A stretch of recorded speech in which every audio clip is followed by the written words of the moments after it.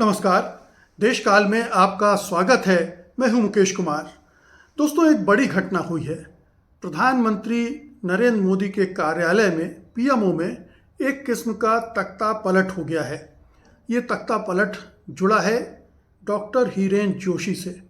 Doctor Hiren Joshi PMO में communication और IT के प्रमुख अधिकारी थे और उनकी सत्ता इतनी मजबूत थी, इतनी ताकतवर थी कि वो पूरे मीडिया जगत को कंट्रोल कर रहे थे। हीरेन जोशी का नाम आप पूरे मीडिया सर्कल में अगर पूछ लें तो आपको समझ में आ जाएगा कि उनकी भूमिका क्या थी। पीएमओ में रहते हुए वो एक तरह से पूरा मीडिया कंट्रोल कर रहे थे। एक एक चैनल को, एक एक अखबार को वो तय करते थे कि आपकी हेडलाइन कौन सी होगी, आप किन मुद्दों पर बहस करवाएंगे, किन मुद्दों पर आर्टिकल छापेंगे, कौन सी खबरें आपको नहीं छापनी है, कौन सी खबरें आपको अगर आपने छाप दी हैं या दिखा रहे हैं तो हटा देनी है। तो पूरी तरह से एक सेंसरशिप जो पीएमओ के मातहत चल रही थी, जिसके ज़रिए लागू की जा रही थी, उसके सर्वे सर्वा थे डॉक्टर हीरेन जोशी। और डॉक्टर हीरेन जोशी को अचानक विदा कर दिया गया है, अचानक उन्हें हटा दिया गया है। ये बहुत बड़ी घटना इसलिए भी है कि डॉक्टर हीरेन जोशी प्रधानमंत्री नरेंद्र मोदी के बाएं हाथ माने जाते थे और वो 2008 से उनके साथ थे। यानी जब वो नरेंद्र मोदी जब मुख्यमंत्री थे गुजरात के, तब से वो उनके करीबी सहयोगी थे और उनके नाक कान आँख सब कुछ थे। उन्हीं की, हीरेन जोशी की आँखों से ही प्रधानमंत्री देखते थे, सुनते थे उनके कानों से। और हीरेन जोशी नरेंद्र मोदी के मुंह भी थे। वो जो बोलना चाहते थे वो उनके हवाले से पूरा मीडिया बोलता था। तो हीरेन जोशी, आप समझ सकते हैं कि उनकी भूमिका क्या थी। अभी मैं और उसके विस्तार में जाऊंगा और ये भी बताऊंगा कि उन्हें हटाया क्यों गया, क्या कारण बताए जा रहे हैं, कौन से आरोप लगाए जा रहे हैं, और बहुत ही गंभीर किस्म के आरोप लगाए जा रहे हैं, इसलिए ये बड़ी खबर बन गई है। तो सबसे पहले उनकी पृष्ठभूमि, जैसा कि मैंने बताया कि 2008 से वो मोदी जी के सहयोगी रहे हैं। जब मोदी गुजरात में मुख्यमंत्री थे तो उनकी डिजिटल मीडिया का प्रबंधन करते थे, और फिर जब 2014 में प्रधानमंत्री बनकर मोदी दिल्ली आ गए तो उन्होंने उनको अपना ओएसडी बना लिया और जो कम्युनिकेशन और आईटी विभाग के प्रमुख थे पीएमओ में। अब उनकी जिम्मेदारियां क्या थीं? पीएम मोदी के सोशल मीडिया, जो ट्विटर, फेसबुक, ब्लॉग आदि है, उस सब का मैनेजमेंट वो खुद देखते थे। यानी प्रधानमंत्री के ट्वीट में क्या जाएगा ट्विटर हैंडल पर, क्या नहीं जाएगा, सोशल मीडिया पर क्या जाएगा, कौन से वीडियो जाएंगे, कौन सी तस्वीरें जाएगी, ये सारा कुछ हीरेन जोशी कर रहे थे। हीरेन जोशी उसके मास्टरमाइंड थे। फिर मीडिया कंट्रोल, जैसा मैंने बताया, देश के प्रमुख मीडिया हाउसों, टीवी चैनल, अखबार, एंकरों को वो डायरेक्शन देते थे, उनको निर्देश देते थे। एक व्हाट्सएप ग्रुप पर रोज़ाना वो आदेश जारी करते थे कि कौन सी खबर चलानी है, कौन सी दबानी है, और विपक्ष के बयानों को कैसे तोड़ना मरोड़ना है या बढ़ा चढ़ा कर पेश करना है। ये सब काम वो करते थे। और जो मीडिया के अंदर उन्हें मीडिया तानाशाह, मीडिया डिक्टेटर कहा जाता था, जो 11 सालों से गोदी मीडिया का रीढ़ बना हुआ था, उसी के हिसाब से पूरा मीडिया चल रहा था। इसके अलावा हीरेन जोशी का काम था पीएम की इमेज बिल्डिंग का। पीएम की मजबूत, विनम्र और प्रगतिशील इमेज बनाने में उनकी भूमिका थी। विदेश यात्राओं में मीडिया कवरेज का प्रबंधन भी वही देखते थे, और पीएमओ की आईटी रणनीति थी जो वो भी उनके साथ ही चलती थी। यानी वो पीएमओ के सबसे शक्तिशाली व्यक्ति माना जाते थे। तो ये था डॉक्टर हीरेन जोशी का जलवा। आप समझ सकते हैं कि जो पूरा मीडिया कंट्रोल कर रहा हो, प्रधानमंत्री के दफ्तर में बैठकर कर रहा हो, उसकी ताकत क्या होगी। जिसका रोज दैनंदिन रूप से प्रधानमंत्री से मिलना जुलना, उनसे ब्रीफ लेना, उनको ब्रीफ करना, और फिर उनके डायरेक्शन पे काम करना, और अपने विवेक से, अपनी जानकारी से, अपनी समझ से पूरे मीडिया को, देश भर में भारत के इतने बड़े मीडिया को कंट्रोल करना, ये एक बहुत बहुत मतलब आप समझिए हिटलर का जो गोएबल्स था, जो पूरा उनका मीडिया कंट्रोल करता था, प्रचारक था, प्रचार मंत्री था, ठीक उसी तरह से हिरेन जोशी भी प्रधानमंत्री मोदी के गोएबल्स थे। उनके लिए वही काम कर रहे थे और इस वजह से वो अब चर्चाओं में है, विवादों में है कि आखिरकार इतने पावरफुल व्यक्ति को हटाए क्यों गया। तो हटाने के भी कई कारण बता रहे हैं। कुछ कारण बताए जा रहे हैं कि आंतरिक कलह थी, इनको आप इनफॉर्मल रीजंस कह सकते हैं। एक तो ये था कि हिमाचल प्रदेश में की भाजपा की राजनीति से जुड़ा हुआ है। जोशी ने वहाँ के जो चंडीगढ़ यूनिवर्सिटी की प्रो वाइस चांसलर और केंद्रीय मंत्री हरदीप सिंह पुरी की करीबी थी हिमानी सूद, उनको हिमाचल प्रदेश से विधानसभा टिकट दिलाने और मुख्यमंत्री पद का चेहरा बनाने की कोशिश की थी। यानी वो हिरेन जोशी जो भूमिका उनको दी गई थी उससे हटकर वो सीधे राजनीति में दखल दे रहे थे और ये कोशिशें उन्होंने की थी। भाजपा इसके लिए वे भाजपा के अध्यक्ष जेपी नड्डा से मिले थे।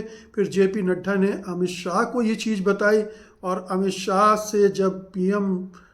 ने जब पीएम मोदी को बताया तो फिर जोशी का पत्ता कट गया। ये एक बड़ी बात मानी जाती है। जोशी बहुत महत्वाकांक्षी व्यक्ति थे। ये माना जाता है कि वो खुद को पीएम की आंख और कान मानते थे और हाल के महीनों में वो कुछ ज़्यादा हस्तक्षेप करने लगे थे, जिसकी वजह से सरकार में भी नाराज़गी थी और धीरे धीरे उनका घड़ा भर गया।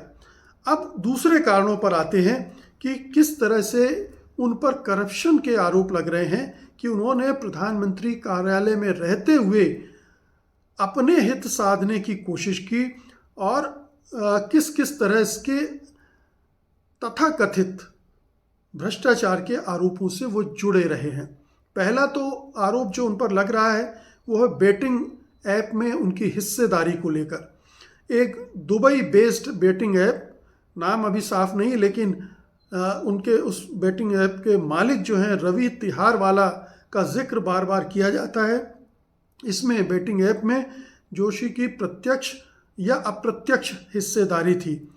तो ये पीएमओ में बैठकर अगर वो ये काम कर रहे थे, किसी बेटिंग ऐप में अपनी पार्टनरशिप चला रहे थे, तो जाहिर है कि वो एक बिजनेस कर रहे थे। और ये सवाल पूछा जा रहा है कि पीएमओ में बैठकर कौन सा बिजनेस कर रहे थे वो और उनके बिजनेस पार्टनर कौन हैं। तो एक तो ये मुद्दा बहुत गर्म हो रहा है। दूसरा है राज्यसभा सीट के लिए रिश्वत का मामला है। सतनाम सिंह संधू, ये पंजाब के एक उद्योगपति हैं, को राज्यसभा सीट दिलाने के एवज में आरोप है कि उन्होंने 30 करोड़ रुपए लिए। ये कथित तौर पर 2022-23 के आसपास का मामला है, जब जोशी भाजपा की आंतरिक राजनीति में सक्रिय थे। इसके अलावा उनके परिवार ने भी उनके इस स्थिति का लाभ उठाया। जोशी के बेटे ने रिलायंस इंडस्ट्रीज लिमिटेड से सालाना 3 करोड़ रुपए की सैलरी ली, जो जाहिर है कि पिता के प्रभाव से मिली होगी, हिरेन जोशी के ताकत से मिली होगी। और ये एक तरह का परिवारवाद बताता है और पीएमओ का दुरुपयोग भी इससे जुड़ जाता है। तो ये जोशी की ओवररीच की बात मैंने जो की वो है। फिर दूसरे आरोप जो मीडिया पे नियंत्रण और धमकियों के लगातार मैंने जिनका जिक्र किया है वो हैं 11 सालों से उन्होंने मीडिया को गुलाम बना रखा था। कांग्रेस की खबरों को दबाया, ये कांग्रेस का आरोप है। खबरें दबाई गई, भाजपा की बढ़ा चढ़ाकर दिखाई दी गई। कुछ उदाहरण कांग्रेस के प्रवक्ता ने दिए हैं, जैसे एबीवीपी न्यूज़ पर जोशी का नाम लिया था उन्होंने। 2022 में अरविंद केजरीवाल ने आरोप लगाया था कि जोशी चैनलों को आपको कवरेज न देने के लिए गालियां और धमकियां भी भेजते हैं।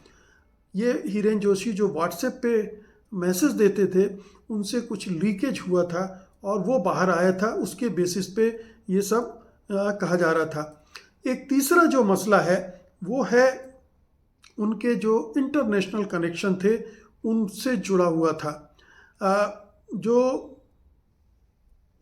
हिमानी सूद का जिक्र किया मैंने, जो कि चंडीगढ़ यूनिवर्सिटी की प्रो वाइस चांसलर थी और हरदीप सिंह पुरी की करीबी भी थी। उनके ज़रिए उन्होंने विदेशों में अपने संपर्क बनाए जो कि राष्ट्रीय हितों के खिलाफ बताए जा रहे हैं। ध्यान रखिए, एप्स्टीन फाइल का नाम बहुत चल रहा है इस समय। एप्स्टीन जो अमेरिका में यौन शोषण का आरोपी है, ह्यूमन ट्रैफिकिंग का आरोपी है, था, जेल में गया। 2019 में जेल में जाते ही उसकी मृत्यु हो गई। उसके संबंध दुनिया भर के ताकतवर लोगों से था और हाल में जो रहस्य उद्घाटन हुआ उसमें हरदीप सिंह पुरी का भी नाम है, अनिल अंबानी का भी नाम है और मोदी का भी जिक्र है। तो ये नेशनल इंटरेस्ट के खिलाफ अचानक अगर हिरेन जोशी को हटाया गया है तो क्या ऐसा कुछ सामने आ रहा था हिरेन जोशी के बारे में? फिर कुछ और चीज़ें हैं। जोशी ने सूद के लिए एक संगठन बनवाया, हिमानी सूद के लिए एक संगठन बनवाया जिसमें इस्लामिक देशों जैसे सऊदी अरब, यूएई के राजदूत, ईसाई, सिख, बौद्ध, पारसी, मुस्लिम धर्मगुरु शामिल हुए। 5 फरवरी 2024 को सूद ने इन्हें प्रधानमंत्री मोदी से भी मिलवाया।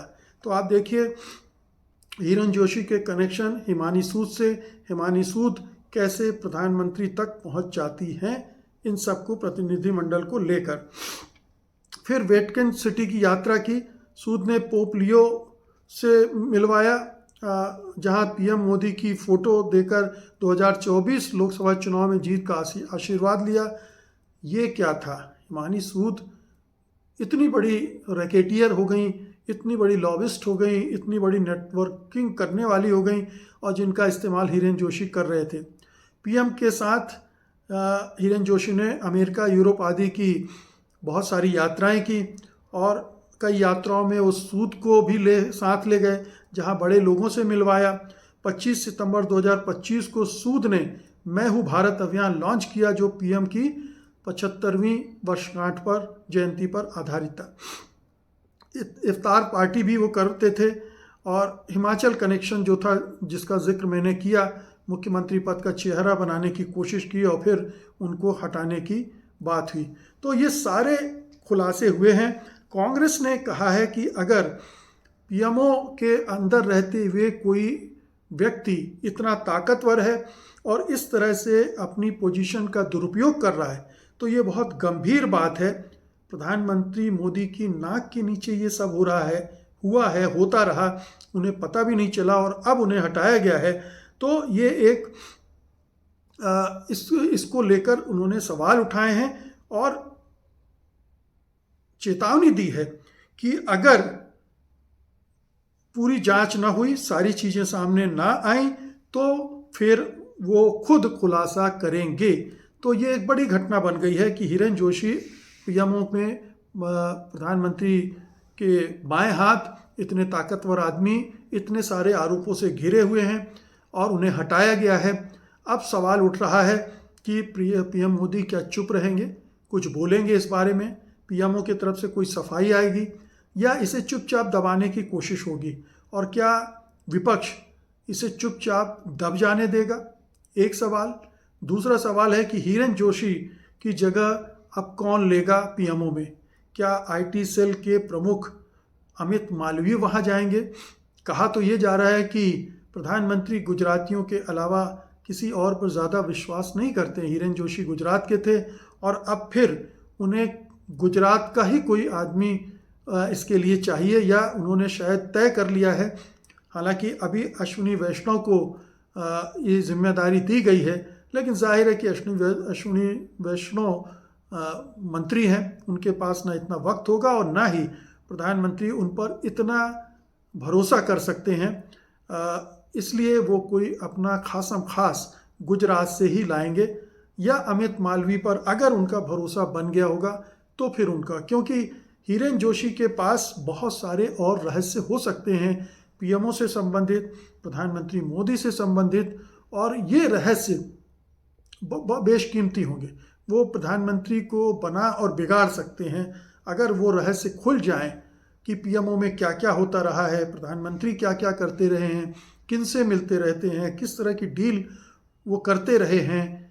ये तमाम चीज़ें जो प्रधानमंत्री कार्यालय में बैठ के मीडिया हैंडल करता है उसको पता होती है।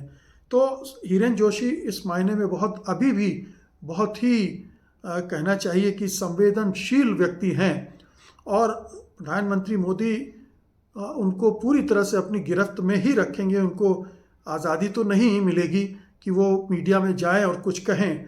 अब ये और बात है कि विपक्षी दल कुछ खोद कर लाएं, कुछ खोज कर लाएं, उन आरोपों को इस्टेब्लिश करें जो लग रहे हैं, और इससे प्रधानमंत्री कार्यालय फंसता हुआ नजर आए तब कुछ रिएक्शन मिल सकते हैं। लेकिन ये जो हिरेन जोशी की विदाई है, ये अपने आप में न केवल प्रधानमंत्री कार्यालय बल्कि पूरी सरकार के चलने चलाने चलन के तौर तरीकों पर रोशनी डालती है कि किस तरह से एक व्यक्ति पूरे मीडिया कंट्रोल कर रहा था, मीडिया को हाँक रहा था, सेंसरशिप चला रहा था, दादागिरी के बल पर व्हाट्सएप के जरिए खुल्लम खुल्ला ये काम हो रहा था और पूरा गोदी मीडिया उसके सामने नतमस्तक था।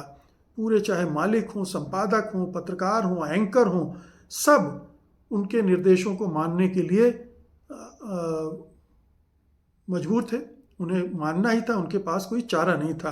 तो अब हिरेन जोशी के बाद जो दूसरा शख्स आएगा वो उतना ही ताकतवर होगा या उससे ज़्यादा ताकतवर होगा, उससे ज़्यादा मीडिया कंट्रोल करेगा।